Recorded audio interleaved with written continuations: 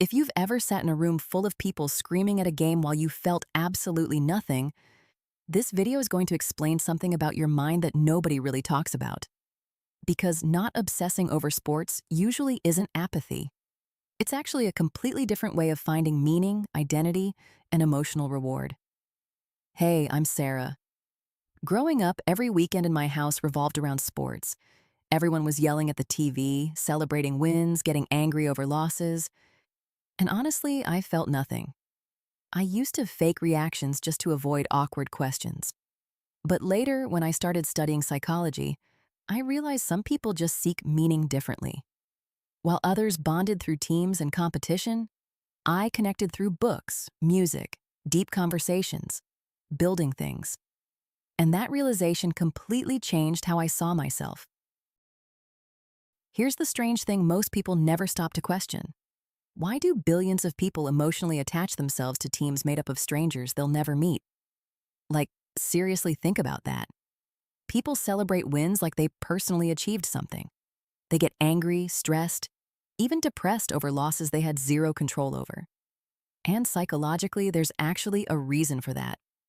Sports activate one of the oldest systems in the human brain: tribal belonging. Thousands of years ago, survival depended on your group. If your tribe lost, you suffered too. And that wiring never really disappeared. Modern sports just give the brain a socially acceptable version of us versus them. That's why sports fans will say, "We won," after a victory. Their nervous system experiences the outcome as personal. But here's where things get interesting. People who don't obsess over sports usually process identity differently. Instead of building identity through groups, teams, or collective emotion, they build it internally.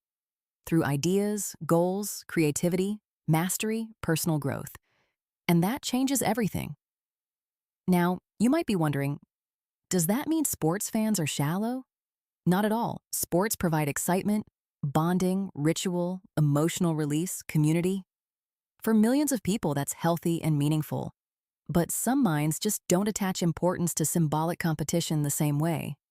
And psychology suggests there are a few reasons why. The first one is reward systems. Sports are built on anticipation. Every game creates tension, uncertainty, emotional highs and lows.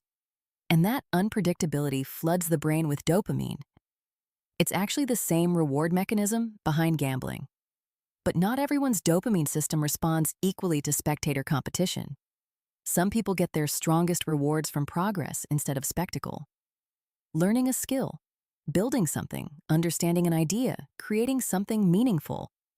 For them, watching someone else succeed just doesn't produce the same emotional payoff as becoming better at something themselves.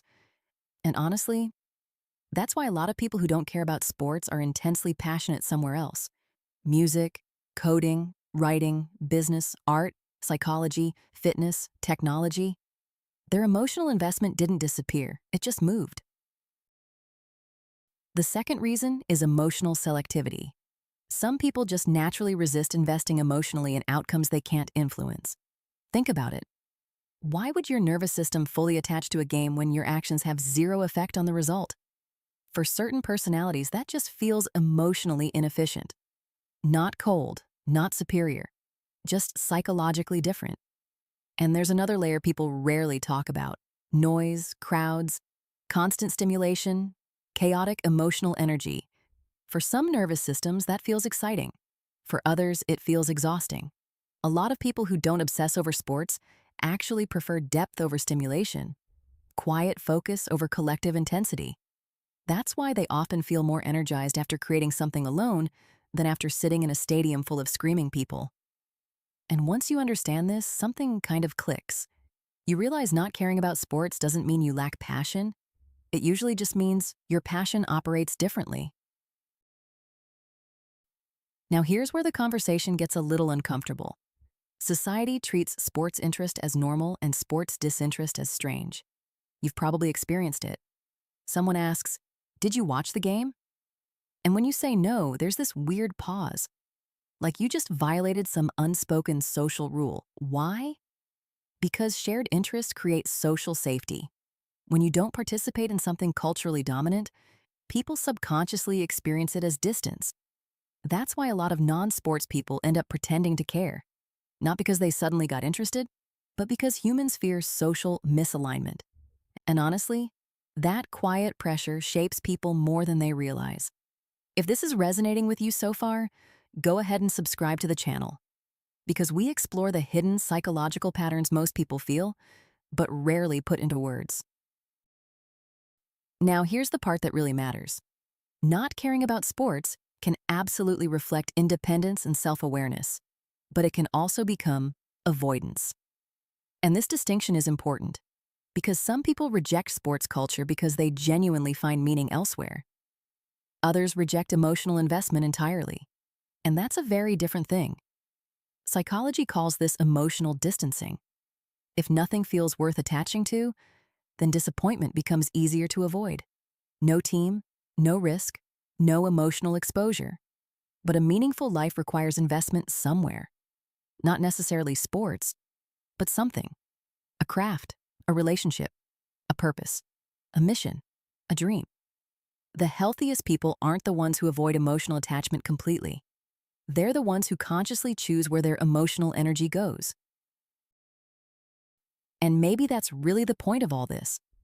People who don't obsess over sports aren't disconnected from life.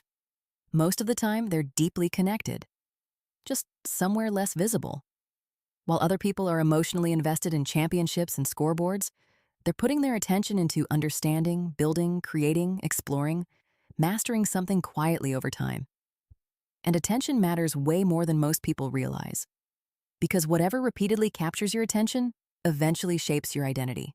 That's why this conversation isn't really about sports. It's about how different minds define meaning.